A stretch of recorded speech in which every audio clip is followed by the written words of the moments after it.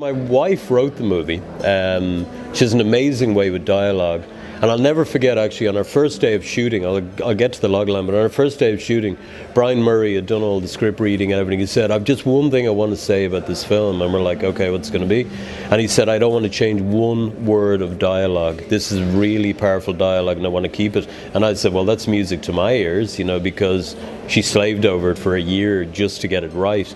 So I thought, great, fantastic. And so essentially the logline would be a woman in her middle years after the loss of a child through murder is grieving and can't quite accept what has happened to her, whereby her husband is kind of getting on with things. He's taking the masculine approach and hiding all his feelings and going to work every day and trying to deal with things. But at the same time, there's an architect who has been abducted and buried alive for a heinous crime that he may have committed. And eventually we see how the two stories kind of intertwine and meet in the third act.